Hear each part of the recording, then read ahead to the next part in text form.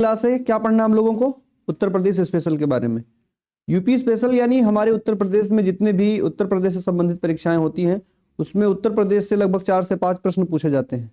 और ये हमारा यूपी स्पेशल का पार्ट जो है ये यूपी जीके में आता है, चाहे पुलिस का पेपर हो, चाहे पीसीएस का पेपर हो, या फिर एसएससी का पेपर हो, यूपी ट्रिपल एससी का पेपर हो। यदि उत्तर प्रदेश के संबंध में है तो उसमें उत्तर प्रदेश से संबंधित चीजें पूछी जाएंगी। पिछले कई बार पेपरों में उत्तर प्रदेश से संबंधित 4 से 5 प्रश्न देखने को मिले हैं। तो आज हम लोग सामान्य जानकारी उत्तर प्रदेश के संदर्भ में हासिल करेंगे। हमारा टॉपिक क्या है आज? UP special.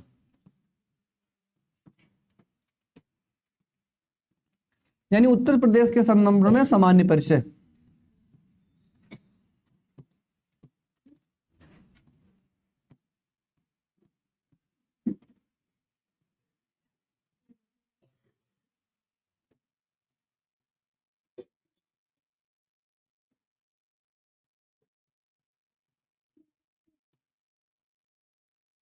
उत्तर प्रदेश के संदर्भ में सामान्य परिचय।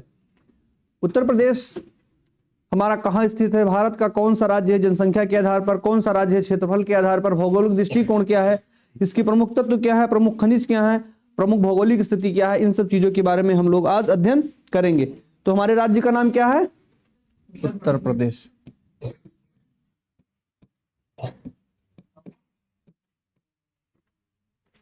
सूचना नहीं मिली थी आप लोगों को?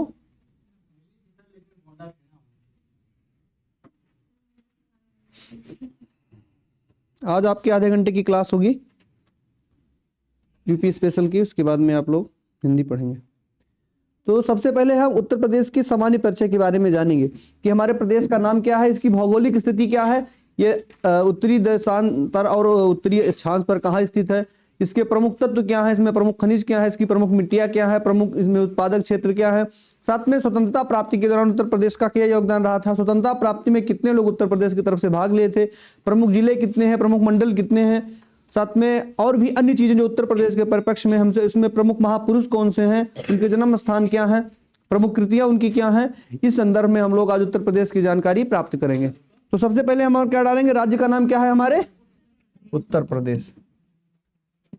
इसकी राजधानी क्या है? उत्तर प्रदेश की राजधानी क्या है? लखनऊ।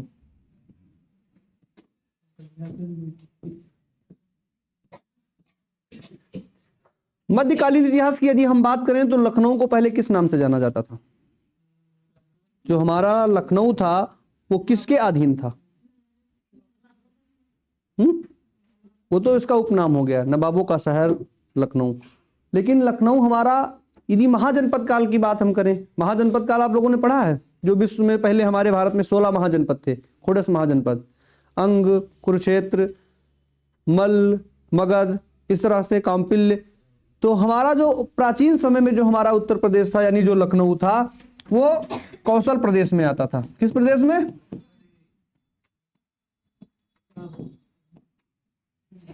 कौशल प्रदेश में आता था। किस प्रदेश में आता था? हमारा कौशल प्रदेश में। और ये किसमें? प्राचीन इतिहास में। यानी प्राचीन इतिहास में हम उत्तर प्रदेश के बारे में अध्ययन करेंगे तो किस प्रदेश के संदर्भ में जानकारी मिलेगी हमें? कौशल प्रदेश। 16 महाजनपद में कौशल प्रदेश था। कौशल की राजधानी क्या थी? कौशल की राजधानी पता है किसी को? चलिए, वो तो इतिहास का, प्राचीन इतिहास का विषय है, प्राचीन इतिहास में आपको पढ़ाया जाएगा। ये तो हमारा प्राचीन इतिहास काल में इसको कौशल कहा जाता था। लेकिन जब हमारा मध्यकालीन इतिहास आया तो मध्यकालीन इतिहास में हमारा प्रदेश किस नाम से जाना जाता था? बिल्कुल, मध्यकालीन इतिहास में हमारा जो लखनऊ था वो अवध के नाम से जाना जाता था। अवध की राजधानी क्या थी? लखनऊ थी। और अवध की तरफ से 1857 के स्वतंत्रता संग्राम में किस महिला ने भाग लिया था? ये भी नहीं पता। चलिए,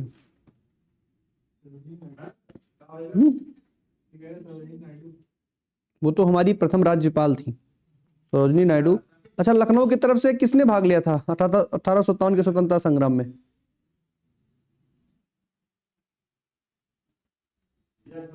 चलिए, अभी समझ में आएगा सर। तो सबसे पहले, अब तो हम अलग चले गए, सबसे पहले हम उत्तर प्रदेश के बारे में अध्ययन करेंगे। हमारा उत्तर प्रदेश जो था वो प्राचीन काल में किस नाम से जाना जाता था? कौशल नाम से। मध्यकालीन में किस नाम से जाना जाता है? अवध। स्वतंत्रता प्राप्ति के उपरांत हमारा प्रदेश किस नाम से जाना जाता था? उससे पहले तो उत्तर प्रदेश वो नहीं था। तो वर्तमान में स्वतंत्रता प्राप्ति के दौरान इसको संयुक्त प्रांत कहा जाता था। क्या? संयुक्त प्रांत। क्या कहा जाता था? संयुक्त प्रांत। तो आप लोग हेडिंग डाल लीजिए उत्तर प्रदेश का सामान्य परिचय।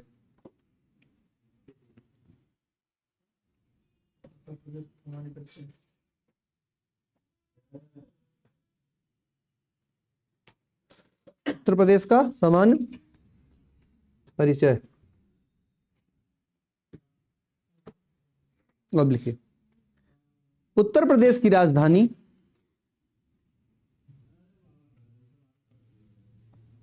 लखनऊ है।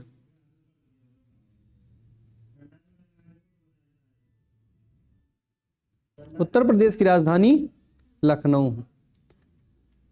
उत्तर प्रदेश को प्राचीन इतिहास के संदर्भ में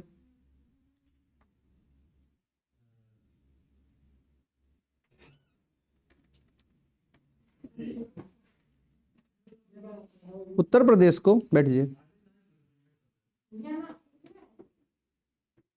थोड़ा पीछे हटो तो भाई साहब, गैप करो जाने के लिए। इस पर आ जाइए, आगे आ जाइए, इधर आ जाइए, या तो अगर जगह नहीं है ठीक है, अगर जगह है तो बैठ जाइए। ठीक, क्या लिखा? उत्तर प्रदेश को प्राचीन इतिहास के संदर्भ में कौशल महाजनपद के अंतर्गत, किस महाजनपद के अंतर्गत? कौशल महाजनपद के अंतर्गत जाना जाता था। किस महाजनपद के अंतर्गत आता था हमारा उत्तर प्रदेश? कौशल महाजनपद के अंतर्गत आता था। हो गया?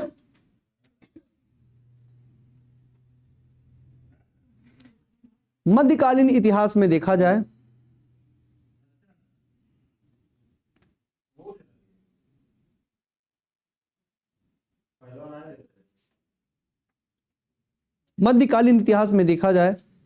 तो उत्तर प्रदेश को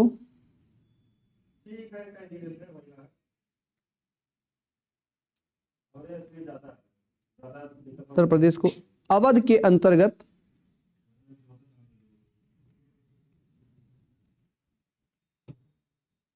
उत्तर प्रदेश को किसके अंतर्गत? अवध के अंदर। उत्तर प्रदेश को अवध के अंतर्गत पाया जाता है। अवध की स्थापना किसने की थी? अवध की स्थापना राजा दशरथ ने। जो मध्यकालीन हमारा अवध था, उस अवध की स्थापना किसने की थी?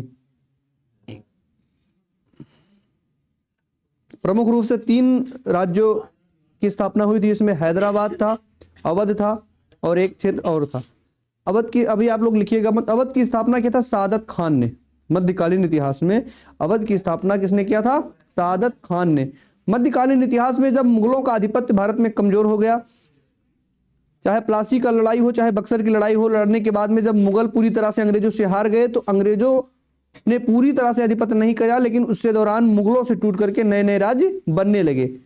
ठीक, हैदराबाद का राज्य बना, निजामुल मुल्क ने हैदराबाद की स्थापना की। उसके बाद में शहादत खान ने यहाँ अवध की स्थापना कर दी। तो अवध की स्थापना का अगर प्रश्न आएगा तो आप क्या बोलेंगे? सादत खान।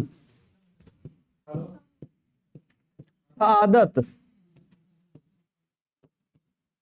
अवध की स्थापना किसने की थी? सादत खान ने। सादत खान ने। वर्तमान परिप्रेक्ष्य लिखो, वर्तमान परिप्रेक्ष्य में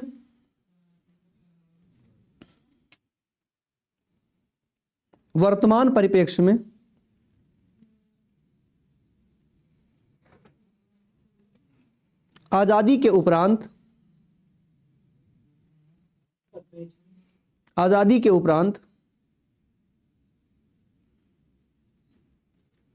उत्तर प्रदेश को किस नाम से जाना जाता था? तुरंत भूल गए? संयुक्त प्रांत। यानी वर्तमान परिप्रेक्ष्य में आजादी के उपरांत उत्तर प्रदेश को संयुक्त प्रांत के नाम से जाना जाता था। किस नाम से? संयुक्त प्रांत। संयुक्त प्रांत के नाम से जाना जाता था। उत्तर प्रदेश से निकल के एक नया राज्य कौन सा बना है? आप लोगों से प्रश्न है। लोकुश नगर कोई राज्य है भारत में? उत्तर प्रदेश से निकल के कोई राज्य बना है नया? कौन बताया? वेरी गुड, बहुत अच्छा। कौन सा राज्य बना है? उत्तराखंड। उत्तराखंड को पहले उत्तरांचल के नाम से जानते थे, लेकिन वर्तमान में उसको उत्तराखंड के नाम से जाना जाता है। सन 2000 में उत्तर प्रदेश से निकल करके उत्तराखंड, मध्य प्रदेश से निकल करके क्या बना था हमारा? छत्तीसगढ़, और बिहार से निकल करके झारखंड। 3 नए राज्यों का गठन कब हुआ था? सन 2000 में। अब तो ये जीएस का टॉपिक है, आपको अच्छे से समझाएंगे भी, पूरी तरह से दिमाग में बैठ जाएगा। उत्तर प्रदेश से निकल के कौन सा नया राज्य बना हमारा? उत्तराखंड। कब बना? सन 2000 में। बहुत अच्छा। आजादी के उपरांत हमारा प्रदेश किस नाम से जाना गया? संयुक्त प्रांत के नाम से। ठीक, अब देखते हैं कि उत्तर प्रदेश का गठन कब हुआ। कोई बता सकता है उत्तर प्रदेश का गठन कब हुआ?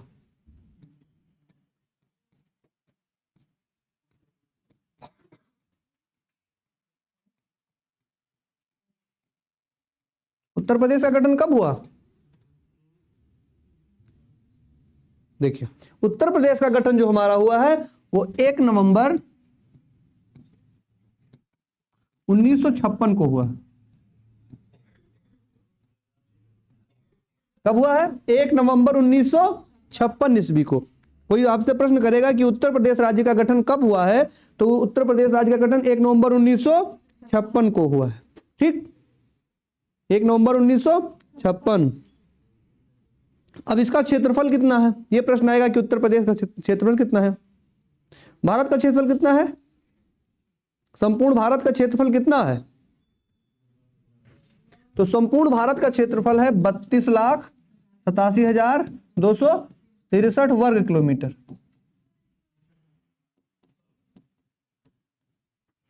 32,87,263 वर्ग किलोमीटर संपूर्ण भारत का क्षेत्रफल। पूरब से पश्चिम, उत्तर से दक्षिण को लेकर देखा जाए तो संपूर्ण भारत का क्षेत्रफल कितना है? 32,87,200। शायद आपको गोविंद सर पढ़ाए होंगे अच्छे से। भूगोल में पढ़ाए हैं? भी नहीं तो भी नहीं पढ़ाए तो आगे पढ़ाएंगे, भूगोल का ही विषय है ये हमारा किसका क्षेत्रफल है? संपूर्ण भारत का। लेकिन उत्तर प्रदेश के क्षेत्रफल की हम बात करेंगे तो उत्तर प्रदेश का क्षेत्रफल कितना है? तो हमारे उत्तर प्रदेश का जो क्षेत्रफल है कितना है? अच्छा, तो यह है 2,40,928 वर्ग किलोमीटर। कितना है? 2,40,928 वर्ग किलोमीटर। उत्तर प्रदेश का क्षेत्रफल कितना है? 2,40,928 वर्ग किलोमीटर। आ गया समझ में? 2,40,928 वर्ग किलोमीटर। अब प्रश्न आता है, आपने उत्तर प्रदेश की स्थापना के बारे में जाना। स्थापना कब हुई उत्तर प्रदेश की? 1 नवंबर 1956 को। आजादी से पहले किस नाम से जाना जाता था? संयुक्त प्रांत के नाम से। क्षेत्रफल क्या है? 2,40,928 किलोमीटर। अब प्रश्न आता है कि उत्तर प्रदेश में वर्तमान में जिले कितने हैं? कितने जिले हैं वर्तमान में? 75 जिले। ये क्या लिखा है? 1 नवंबर 1956 उत्तर प्रदेश की स्थापना 1 नवंबर 1956 को हुई थी। सारी चीजें भी बताई जाएंगी, परेशान बिल्कुल मत होइए। उत्तर प्रदेश की स्थापना 1 नवंबर 1956 को। उत्तर प्रदेश का क्षेत्रफल 2,40,928 वर्ग किलोमीटर। या तो मोबाइल चला लीजिए तो देख लीजिए, मोबाइल में देख के आप पढ़ेंगे तो समझ में नहीं आएगा, या तो कम क्या वो यहां देखेंगे। पहले बात तो सुन लीजिए, हमारी पूरी बात तो सुनेंगे आप। तो ये अब या तो आप वहां पढ़ लीजिए या तो हमसे पढ़ लीजिए। हमने आपको क्या बताया? आजादी से पहले किस नाम से जाना जाता था इसको? संयुक्त प्रांत से। अभी ने उत्तर प्रदेश का नाम लिया, हमने उत्तर प्रदेश का नाम लिया।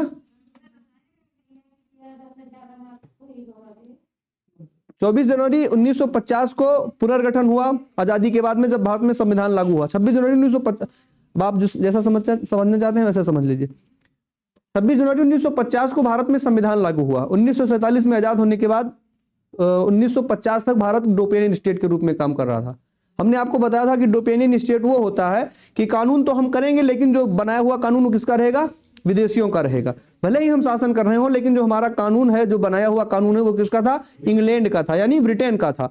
तो उस दौरान हम 15 अगस्त 1947 से लेकर 26 जनवरी 1950 तक एक डोमिनियन स्टेट के रूप में काम कर रहे थे। ठीक 2 महीने 2 साल कितना दिन संविधान बना? 2 वर्ष 11 महीने और 18 दिन। लगभग इतने समय के बाद में हमारा संविधान पारित हुआ। 26 नवंबर 1949 को बनकर के हमारा संविधान पूरी तरह से क्लियर हो गया था। लेकिन अब ये 26 जनवरी को लागू क्यों हुआ? कोई मत है आपके पास, क्यों लागू हुआ 26 जनवरी को? क्योंकि 26 जनवरी 1929 को लाहौर में रावी नदी के तट पर हमारे भारत के प्रथम प्रधानमंत्री पंडित जवाहरलाल नेहरू ने तिरंगा फहराया था। सर्वप्रथम 1929 में 26 जनवरी के दिन भारत के प्रथम प्रधानमंत्री जवाहरलाल नेहरू ने क्या किया था? तिरंगा फहराया था। और इस दिन को अमर करने के लिए उन्होंने क्या किया कि 26 नवंबर 1949 को यदि हमारा संविधान बनकर तैयार हो गया था। लेकिन उन्होंने कहा कि हम इस दिन को अमर करने के लिए 2 महीना रुक सकते हैं। अगर हम चालू करना चाहते, लागू करना चाहते, तो हमारा जो संविधान था वो 26 नवंबर 1949 को भी लागू हो सकता था। लेकिन 2 महीना रुक करके 26 जनवरी 1950 को इसलिए संविधान लागू किया गया ताकि जिस दिन पहली बार झंडा फहराया गया था वो दिन हमारा अमर हो जाए। पहली बार झंडा कब फहराया गया था? 26 जनवरी 1929 लाहौर में रावी नदी के तट पर। किसके द्वारा? पंडित जवाहरलाल नेहरू के द्वारा। ठीक, तो 26 नवंबर 1950 को जब हमारा संविधान लागू हुआ, उससे पहले 24 नवंबर को ही बहुत सी सारी चीजें लागू कर दी गई थी। जैसे कि हमारा राष्ट्रगान है, हमारा झंडे का साइज, हमारे झंडे का साइज कितना है? 3:2। कितना है? 3:2 झंडे का जो आकार है। झंडे का आकार था, हमारा राष्ट्रगान था, राष्ट्रगीत था, उसके बाद में हमारा जो पंचांग था, ये सारी चीजें कब लागू कर दी गई थी? राष्ट्रपति का पद था, ये सब 24 जनवरी को ही लागू कर दी गई थी। और 26 जनवरी को हमारा संविधान पूर्ण रूप से लागू हुआ, जिसके बाद में हमारा भारत एक संप्रभु देश बन गया। अब संप्रभु देश क्या होता है? संप्रभु देश का मतलब यह होता है कि राष्ट्रीय और अंतरराष्ट्रीय स्तर पर अंतिम निर्णय लेने का अधिकार जिस देश के पास में होता है उसको संप्रभु देश कहा जाता है। 26 जनवरी 1950 से पहले भारत के पास संप्रभुता अपनी नहीं थी। अगर उससे पहले कोई बड़ा मैटर होता तो उसके लिए भी हमें कहां? ब्रिटेन की शरण लेनी पड़ती। इसलिए हम संप्रभु अपने आप को नहीं कह सकते थे। चीजें समझ में आ रही हैं आपके? तो 26 जनवरी 1950 को जो हमारा संविधान लागू हुआ, उससे पहले कई राज्यों का पुनर्गठन किया गया था। जैसे कि बिहार था, बंगाल था, आदि राज्यों का पुनर्गठन हो गया था। लेकिन 1956 में हमारा भाषा के आधार पर राज्यों का गठन होने का जो सिलसिला वो शुरू हुआ, और भाषाई आधार पर पहले राज्य का गठन हुआ जिसका नाम था आंध्र प्रदेश। यानी जहां जो भाषा बोली जाएगी उस भाषा के आधार पर नए राज्यों का गठन हो जाएगा।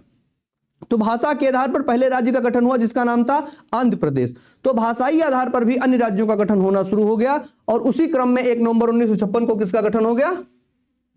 उत्तर प्रदेश का। तो 1950 में यद्यपि 24 जनवरी 1950 को प्रत्येक राज्यों का गठन हो चुका था, लेकिन जब भाषाई आधार पर राज्यों का पुनर्गठन होने लगा तो उत्तर प्रदेश का भी गठन हुआ, इसलिए उत्तर प्रदेश का पुनर्गठन इसको कहा जाता है। अब आगे आपके समझ में बात? 24 जनवरी 1950 को कई राज्यों का स्थापना दिवस है, कई राज्यों का पुनर्गठन हुआ था। कितने राज्यों को आप मनाएंगे? लेकिन अगर आपको स्थापना की बात आएगी कि उत्तर प्रदेश की स्थापना कब हुई, तो आपको 1 नवंबर 1956 ही लगाना है। ये गलती आपको नहीं करनी है। उत्तर प्रदेश की स्थापना यानी उत्तर प्रदेश का गठन कब हुआ? 1956 में, 1 नवंबर 1956 में। कोई डाउट है? अब क्लियर हो गया डाउट? तो उत्तर प्रदेश में जिलों की संख्या कितनी है? 75। Very good. उत्तर प्रदेश में हमारे कितने जिले हैं? 75। उत्तर प्रदेश में लोकसभा सीटें कितनी है? मैंने बताया था आपको। उत्तर प्रदेश में जो लोकसभा सीटें कितनी है? उत्तर प्रदेश में लोकसभा सीटें कितनी है? किसी को नहीं पता? उत्तर प्रदेश में लोकसभा की सीटें हैं 80। कितनी? और भारत में किसी भी राज्य में सबसे ज्यादा लोकसभा की सीटें हैं। ठीक है, यानी उत्तर प्रदेश से जाकर के 80 सांसद होते हैं, तब भारत में प्रधानमंत्री का निर्माण होता है। जबकि हमारे नॉर्थ ईस्ट के इतने राज्य जैसे कि गोवा हो गया, सिक्किम हो गया, उसके बाद में और भी मेघालय हो गया, मणिपुर हो गया, वहां से 1-1, 2-2 सांसद आते हैं पूरे राज्य से।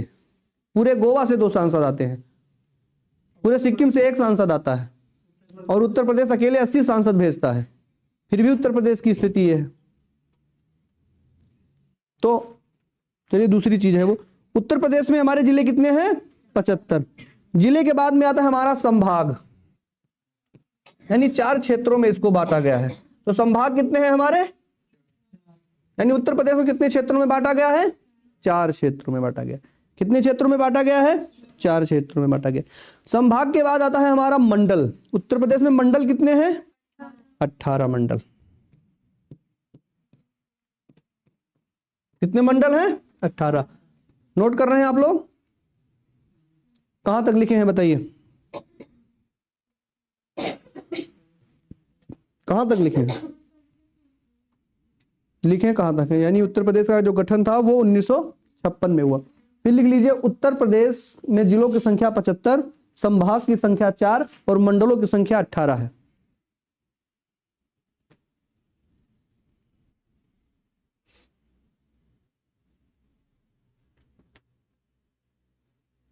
उत्तर प्रदेश में जिलों की संख्या 75, संभाग की संख्या 4 और मंडलों की संख्या 18 है।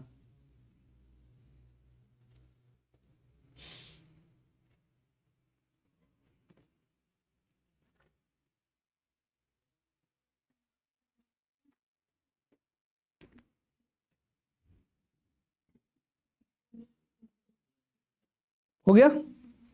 अब देखिए, इतनी चीजें आपको समझ में आ गई होगी। उत्तर प्रदेश के मंडल कितने हैं?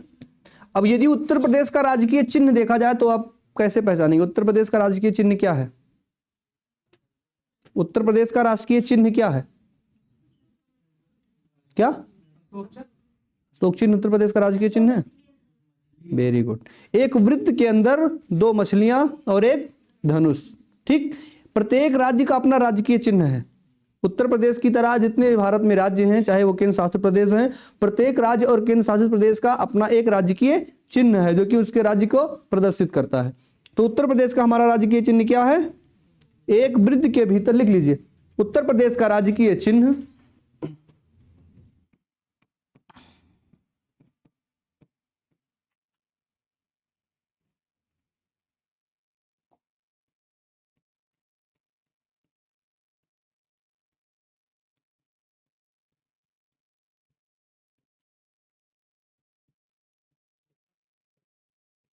एक वृत्त के भीतर 2 मछलियां व धनुष बाण।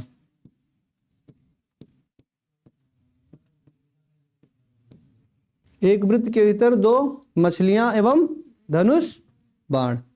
ठीक,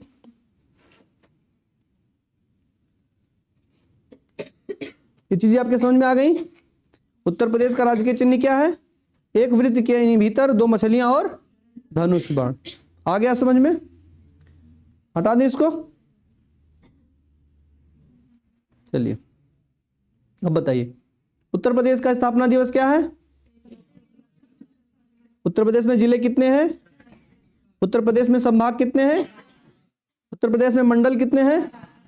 उत्तर प्रदेश हमारा प्राचीन इतिहास में किस नाम से जाना जाता था? कौशल।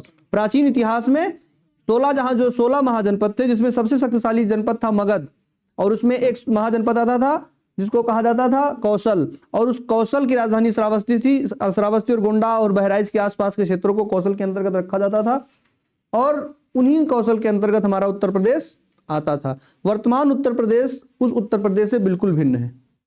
अगर आप सोच रहे हैं कि यही उत्तर प्रदेश है, तो उत्तर प्रदेश का जितना समीपवर्ती जिला है, जितने समीपवर्ती राज्य हैं, वो सारे किसके अंतर्गत आते थे? कौशल के अंतर्गत। क्योंकि दुनिया के 1/3 राज्य 16 महाजनपद के अंतर्गत आ जाते थे। आज वर्तमान में चाहे भूटान हो, चाहे म्यांमार हो, बांग्लादेश हो, या फिर पाकिस्तान हो, अफगानिस्तान हो, श्रीलंका हो, जितने भी हमारे समीपवर्ती तटवर्ती, बांग्लादेश हो, जितने भी तटवर्ती समीपवर्ती हमारे राज्य हैं, वो किसमें समाहित थे? पहले भारत में समाहित थे। समुद्रगुप्त का नाम आप लोगों ने सुना है? भारत का नेपोलियन किसे कहा जाता है? समुद्रगुप्त को। उसको भारत का नेपोलियन कहा जाता था। उसके संदर्भ में यह कहा जाता है कि समुद्रगुप्त का जो घोड़ा था वो 7 समुद्र का पानी पीता था। यानी भारत का राज्य कहां तक फैला था? जो हमारे 7 समुद्र, यानी लगभग संपूर्ण पृथ्वी पर समुद्रगुप्त का शासन था। और आज हमारा जो क्षेत्रफल वो 32,87,000 किलोमीटर में सिमट कर रह चुका है। वर्तमान परिदृश्य में और प्राचीन परिदृश्य में बहुत अंतर आ गया है भारत के क्षेत्रफल के आधार पर। अशोक का नाम आप लोगों ने सुना होगा। अशोक के समय केवल एक ही राज्य बचा था जिससे उसने नहीं जीता था, और 261 ईसा पूर्व में उसने कलिंग को भी जीत लिया था। केवल कलिंग एक नया राज्य था। कलिंग यानी उसके जो अशोक के पिता का क्या नाम था? अशोक के पिता का नाम था बिंबिसार। और बिंबिसार के पिता का नाम था चंद्रगुप्त मौर्य, जो कि मौर्य वंश के संस्थापक थे भारत में, और भारत का पहला भारतीय शासक था, और जिसका शासन भारत के बाहर लंबे लंबे क्षेत्रों में, यानी उत्तरी अफ्रीका और एशिया, पूरा एशिया, इतना बड़ा भारत का राज्य था। चंद्रगुप्त मौर्य के बाद उसका बेटा बिंबिसार आया। बिंबिसार ज्यादा शक्तिशाली शासक तो नहीं कहा जा सकता, लेकिन उसने अपने पिता की दी हुई संपत्ति को बिल्कुल कब्जे में रखा, यानी किसी राज्य को बाहर नहीं जाने दिया। फिर बिंबिसार का बेटा क्या हुआ? अशोक, जिसे सम्राट अशोक और महान अशोक के नाम से जाना जाता है। अशोक ऐसा प्रतापी शासक हुआ कि उससे बड़ा क्षेत्रफल आज तक कोई भी जीत नहीं कर पाया। दुनिया के कोई ऐसे राज्य, दुनिया के कोई ऐसे क्षेत्र नहीं था जिसको अशोक ने जीता ना हो। इतिहास में तो बहुत कुछ कहा जाता है कि वो अपने 99 भाइयों को हत्या करके राजा बना था। उसके बहुत से शिलालेख हैं, बहुत सारी चीजें हैं। उसकी पत्नियां 3 से 4 पत्नियां थी। उसकी प्रिय पत्नी का नाम करुआकी था। शिलालेखों के आधार पर तमाम चीजें पता चलती हैं। लेकिन जो प्रमुख तथ्य यह है कि उसने भारत का जो क्षेत्रफल था, उसने दुनिया का सबसे बड़ा क्षेत्रफल कर दिया था। और एक राज्य था कलिंग, जो कि उसकी अधीनता स्वीकार नहीं करता था। वहां की महिलाएं, वहां के पुरुष बहुत हठधर्मी थे। महिलाएं तलवार लेकर लड़ने को तैयार हो जाती थी। तो कलिंग ने इस तरह से रक्तपात मचाया गया अशोक के द्वारा कि लगभग 2 सालों तक केवल लाशें ढोई गई थी वहां से, और लोगों को बंदी बनाकर उनको मार काट कर कलिंग को भी अपने बस में कर लिया गया था। कोई पृथ्वी पर ऐसा शक्तिशाली राज्य प्रदेश नहीं बचा था जो कि भारत में अशोक के अधीन ना आ गया हो।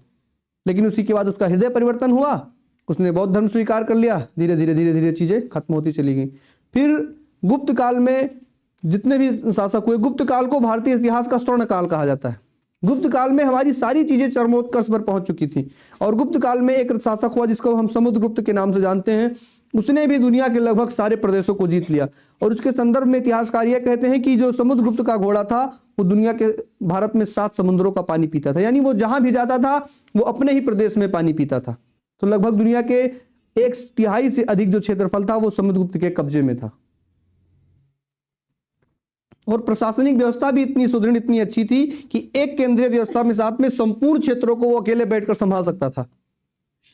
गांव का मुखिया कौन होगा, ब्लॉक का मुखिया कौन होगा, राज्य का कौन होगा, जिले का कौन होगा, एक पंक्ति के आधार पर उन लोगों को तय किया जाता था और अच्छे से सुचारू रूप से शासन चलाया जाता था। अंतिम हमारा जो सम्राट महान था, जिसके बाद में भारत में महान सम्राटों की कमी पड़ गई, जिसको कहा जाता है हर्षवर्धन। हर्षवर्धन का नाम आप लोगों ने सुना है? अंतिम महान सम्राट पैदा हुआ भारत में, और वो भी हार गया था किसके? पुलकेशिन द्वितीय नामक चालुक्य वंशी शासक से।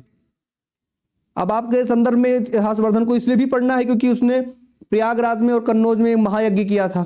प्रयागराज उत्तर प्रदेश में है, तो उत्तर प्रदेश के परिप्रेक्ष्य में आपको चीजें पढ़नी पड़ेगी। हालांकि इतिहास का ये विषय है, काफी इंटरेस्टेड है, समझाने में बहुत मजा आएगा, लेकिन अभी आप जो पढ़ रहे हैं वो देखिए। तो उत्तर प्रदेश में जिलों की संख्या कितनी है? 75। संभाग की संख्या कितनी है? 4। मंडल की संख्या कितनी है? 18। समझ में आ रहा है? हम लोकसभा की सीटें कितनी है? 80। राज्यसभा की सीटें कितनी है? फिर भूल गए। राज्यसभा की सीटें हैं 31। कितनी है? 31। राज्यसभा की सीटें 31। कहीं भी लिख लो, भूल तो जाना ही है, इस तरह लिखने से तो पक्का भूल जाएंगे। लोकसभा की सीटें हमारी 80, राज्यसभा की सीटें हमारी 31। विधानसभा की सीटें कितनी है? 403। ठीक। एक जो सीट है उसके बारे में आपको पढ़ाया जाएगा। वो निर्वाचन के आधार पर नहीं बल्कि मनोनयन के आधार पर आता है। राज्यपाल को अधिकार होता है कि वो एक व्यक्ति का चयन कर सकता है जो एंग्लो हो। एंग्लो का मतलब कोई महिला है, उसका पति विदेशी हो और वो भारतीय हो महिला, उसको राज्यपाल चयन कर सकता है। हमने आपको बताया था कि राष्ट्रपति राज्यसभा में कितने सदस्यों को मनोनीत कर सकता है? राष्ट्रपति राज्यसभा में कितने सदस्यों को मनोनीत कर सकता है? खड़े करके पूछेंगे, बात मत करिए। 14 सदस्यों को। पूरे भारत में राज्यसभा की संख्या कितनी है सीटों की? पूरे भारत में 31। पूरे भारत में राज्यसभा की सीटें हमारी हैं 249। कितनी है? राज्यसभा की सीटें कितनी है? लोकसभा की सीटें कितनी है? पूरे भारत में कितनी है? अरे राज्यसभा की सीटें 249, हम लोकसभा की बात कर रहे हैं। लोकसभा पूरे भारत में कितनी सीटें हैं लोकसभा की? 554। ठीक है, चलिए अभी सारी चीजें आपको पढ़ाया जाएगा। तो राजकीय चिन्ह हमारा क्या है उत्तर प्रदेश का? ठीक। अब देखिए, अब उत्तर प्रदेश के राजकीय पशु के बारे में बात करें तो उत्तर प्रदेश का राजकीय पशु कौन है?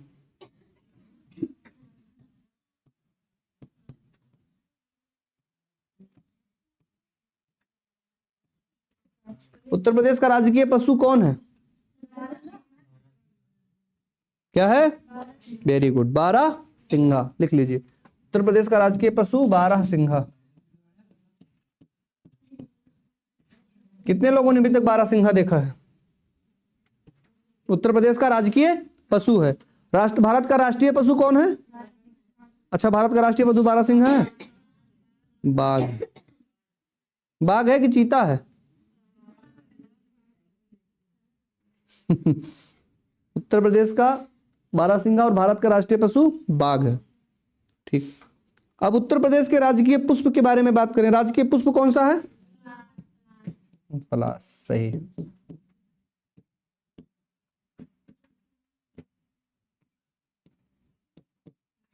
राजकीय पुष्प क्या है? पलाश। ठीक, हो गया। राजकीय पक्षी क्या है?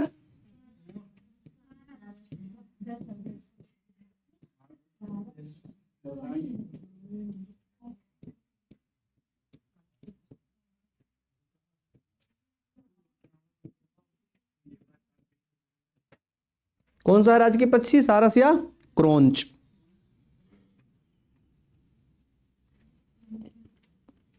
भारत का राष्ट्रीय पंछी कौन है?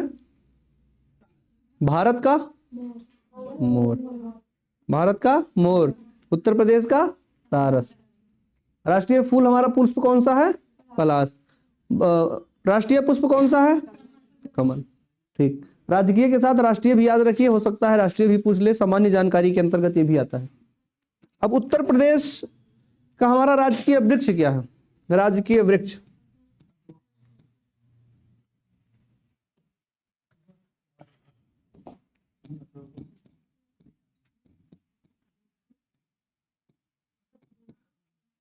राजकीय वृक्ष क्या है? अशोक। ठीक। राष्ट्रीय वृक्ष क्या है? बरगद। सही। राजकीय खेल क्या है हमारा? उत्तर प्रदेश का खेल क्या है हमारा राजकीय? कॉन्फिडेंस रखिए, हॉकी ही है। सही चीजें भूलिए मत। उत्तर प्रदेश का राजकीय खेल क्या है? तो राजकीय वृक्ष हमारा अशोक। राजकीय खेल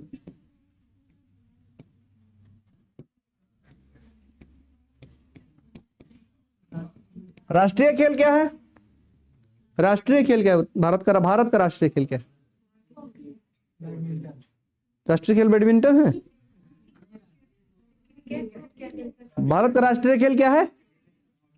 हॉकी ही है। राष्ट्रीय खेल भी हॉकी है और राजकीय खेल भी हॉकी है। आपके पास लेवल ऑफ कॉन्फिडेंस बहुत कम है। एक बार सही शब्द बोलो, पूछ लो क्या है, बस भूल जाए, नहीं ये नहीं दूसरा है। यही समस्या पेपर में। खुद का कॉन्फिडेंस रखो, सही है तो भी सही है, गलत है तो भी गलत है। गलत पे भी अटल रहो, कॉन्फिडेंस तो बढ़ेगा।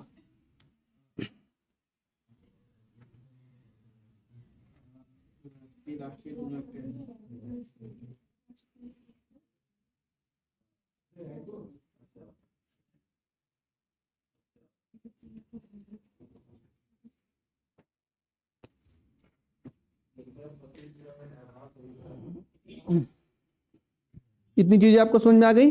बता लेंगे आप लोग? अब बता लेंगे। अब उत्तर प्रदेश का राजकीय वृक्ष क्या है? राजकीय पुष्प? राजकीय वृक्ष, राजकीय पक्षी? राजकीय पशु? ठीक। राष्ट्रीय खेल? ठीक। अब उत्तर प्रदेश में प्रमाणित जानकारी जब से हमें मिलती है अंग्रेजों के शासनकाल से, अंग्रेजों के शासनकाल से हम देखेंगे तो उत्तर प्रदेश को सबसे पहले हमें किस नाम से पता लगा? आजादी के उपरांत तो हम संयुक्त प्रांत के नाम से जानते थे, लेकिन जब अंग्रेजों ने भारत पर अपना शासन पूरी तरह से अधिपत्य अपना किया और उधर मुगल शासन कमजोर पड़ रहे थे। मुगल अंतिम मुगल शासक कौन था? मुगल शासक था हर्षवर्धन। अंतिम मुगल शासक कौन था? अंतिम मुगल शासक का नाम था बहादुर शाह जफर।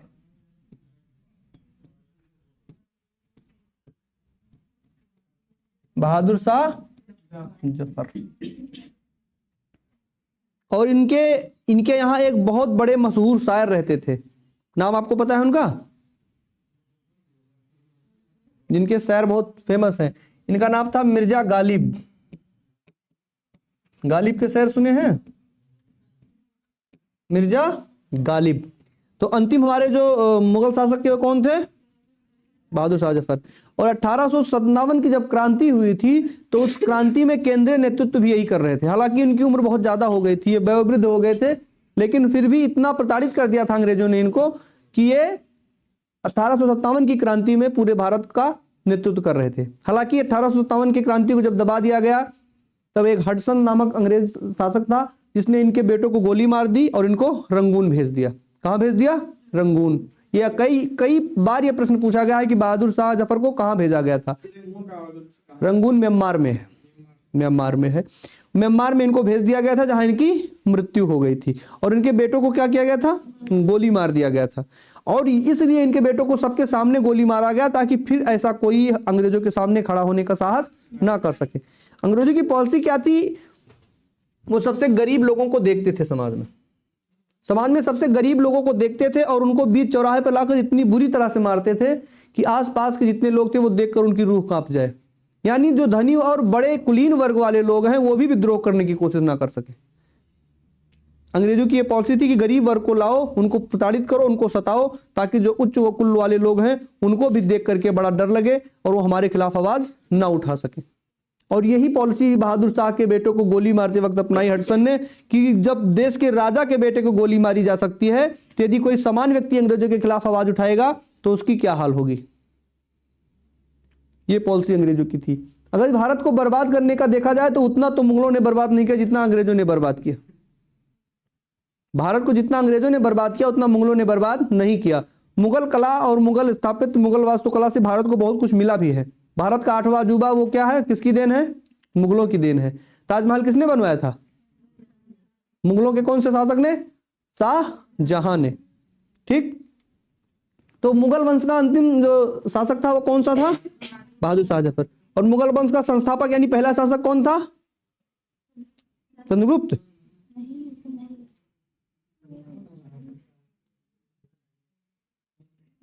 मुगल वंश का प्रथम शासक यानी संस्थापक कौन था, तो मुगल वंश का संस्थापक बाबर था। कौन था मुगल वंश का संस्थापक, बाबर। और अंतिम शासक बहादुर शाह जफर। तो उत्तर प्रदेश में जब अंग्रेजों का आधिपत्य हुआ तो अंग्रेजों ने किस आधार पर उत्तर प्रदेश को बांटा, तो सबसे पहले उत्तर प्रदेश को 1836 में उत्तर पश्चिम प्रांत के नाम पर बांटा गया। किस सन में, उत्तर पश्चिम,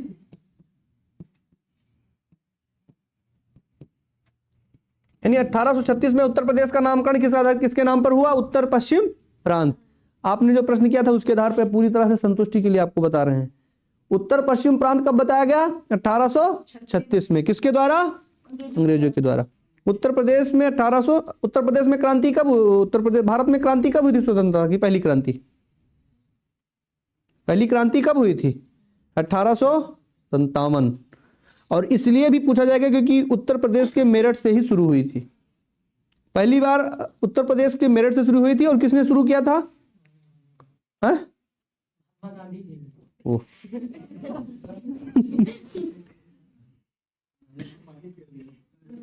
उत्तर प्रदेश के मेरठ से शुरू हुई थी। मेरठ के बैरक छावनी में 87वीं बटालियन में एक सिपाही थे जिनका नाम था मंगल पांडे।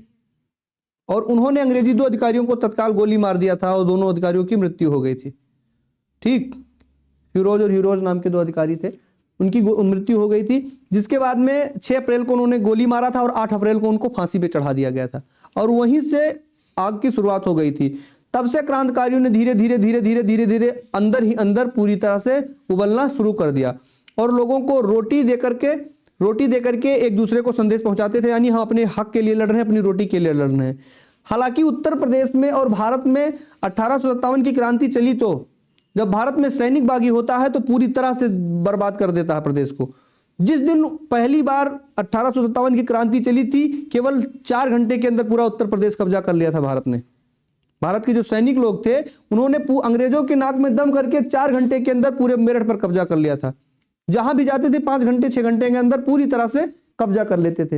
हालांकि ये बहुत बड़ा विषय है, आपको बताने में बहुत समय लगेगा, लेकिन भारत के लोगों ने, अपने लोगों ने गद्दारी करके पूरी तरह से 1857 की क्रांति को मिटाने में पूरी तरह से सहयोग किया। और अंग्रेजों ने बड़ी कूटनीति के तरीके से भारतीयों को दारू पिला पिला करके उनसे राज उगलवा लेते थे। भारत में विलायती दारू कैसे आई? भारत में विलायती दारू इस तरह से आई कि सामान्य लोगों को दारू पिला के सारा राज ले लेते थे अंग्रेज। महंगी दारू लाओ, उनको पिलाओ, उनसे सारा राज ले लो, फिर उनको गोली मार दो। ये पॉलिसी थी अंग्रेजों की। दारू पिला के राज लो, उसके बाद में उनको गोली मार दो। तो उत्तर प्रदेश को सबसे पहले किस आधार पर बांटा गया? उत्तर पश्चिम प्रांत में। ठीक, किस सन में बांटा गया? 1836।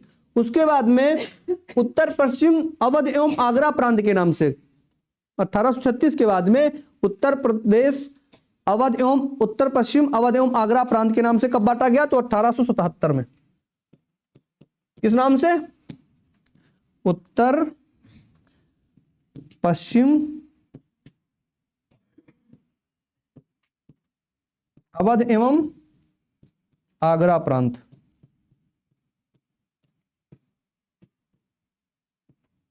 किस सन में? 1877। उत्तर प्रदेश अवध एवं आगरा प्रांत सबसे पहले किस सन में? 1836। दूसरा 1877। उसके बाद में दोबारा से फिर संशोधन हुआ। उसके बाद तीसरी बार दोबारा से संशोधन हुआ 1902 में। कब हुआ? 1902 में। और 1902 में कहा गया? तो 1902 में कहा गया संयुक्त प्रांत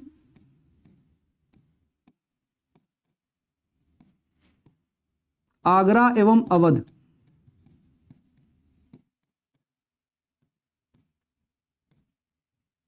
उत्तर पश्चिम अवध प्रांत 1877 में बना था, फिर संयुक्त प्रांत 1902 में बना। संयुक्त प्रांत आगरा एवं अवध किस सन में बना? 1902 में। कितनी बार हो गया पुनर्गठन? 36 में हुआ, 77 में हुआ, फिर 1902 में हुआ। 1902 में क्या नाम रखा गया? संयुक्त प्रांत आगरा एवं अवध। किस सन में? 1902 में। ठीक, उसके बाद में दोबारा से संशोधन हुआ 1937 में। और 1937 में इसको क्या कहा गया? तो 1935 में इसका नाम क्या पड़ा?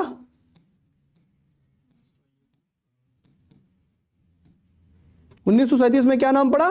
संयुक्त प्रांत। कितनी बार संशोधन हो चुका? अब 4 बार। सबसे पहला संशोधन कब हुआ? 1836 में। संयुक्त प्रांत कब बना? 1937 में। ठीक, उसके बाद में हमने आपको भी समझाया कि जब भारत में संविधान लागू हुआ 26 जनवरी 1950, उससे पहले 24 जनवरी 1950 को उत्तर प्रदेश का गठन किया गया। उत्तर प्रदेश को नया नाम दिया गया। क्या नाम दिया गया उत्तर प्रदेश को? उत्तर प्रदेश। कब दिया गया? 24 जनवरी 1950 को। यह अंतिम था? क्या यह अंतिम पुनर्गठन था? 1950 वाला अंतिम था या नहीं? यह अंतिम था।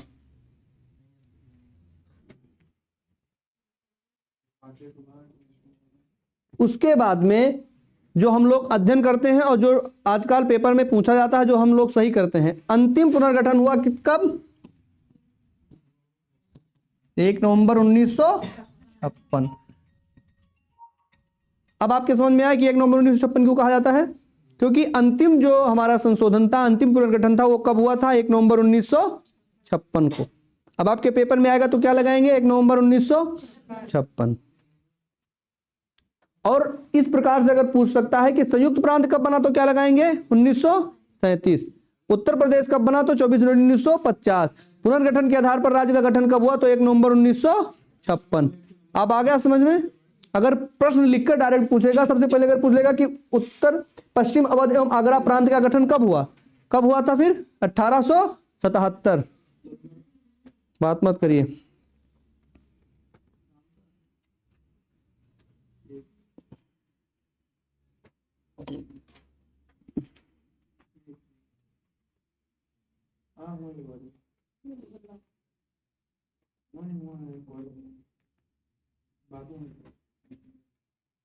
बात मत करिए, बात करना है बाहर मत कर लीजिए। हो गया, लिख लिया आप लोग, मिटा दें इसको। ठीक, चलिए अब बताइए कितना आप लोगों ने ध्यान से पढ़ा है। उत्तर पश्चिम संयुक्त अवध एवं आगरा प्रांत कब बना? अच्छा,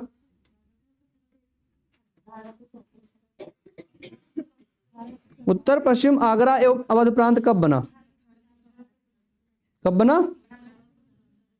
1877। संयुक्त प्रांत कब बना? एक एक आदमी से पूछेंगे अभी। संयुक्त प्रांत कब बना? 1937। उत्तर प्रदेश के नाम पर इसका गठन कब हुआ? 24 जनवरी 1950। अंतिम पुनर्गठन और राज्य के पुनर्गठन के रूप में हमारा मान्यता कब मिली? 1 नवंबर 1956। अगर आपको डायरेक्ट लिख के प्रश्न पूछ लेगा कि संयुक्त प्रांत का गठन कब हुआ, तो आप क्या लगाएंगे उसमें? 1937। उत्तर पश्चिम आगरा एवं अवध प्रांत का गठन कब हुआ? तो 1877। ठीक, इस प्रकार से अगर प्रश्न लिखकर पूछ लेता है, सामान्य रूप से पूछता है कि उत्तर प्रदेश राज्य का गठन कब हुआ, तो कब हुआ? 24 जनवरी 1950। और यदि पुनर्गठन पूछता है तो 1 नवंबर 1956, क्योंकि अंतिम वो था, इसलिए पेपर में उसको सही माना जाता है। कोई समस्या किसी को, कोई डाउट? हमें लगता है समय हो चुका है, अब समय हो गया,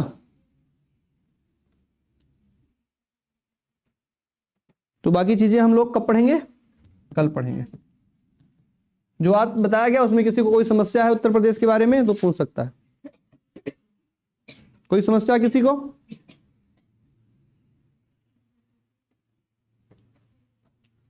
ठीक है सब? ठीक, थोड़ा देर आराम करिए, फिर हिंदी चलेगी अभी, क्योंकि तीनों स्टाफ लोग पेपर देने गए हैं। आपको जल्दी छुट्टी मिलेगी आज।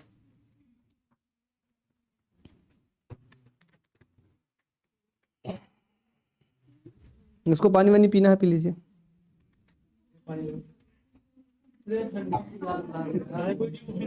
हाँ क्या भाई?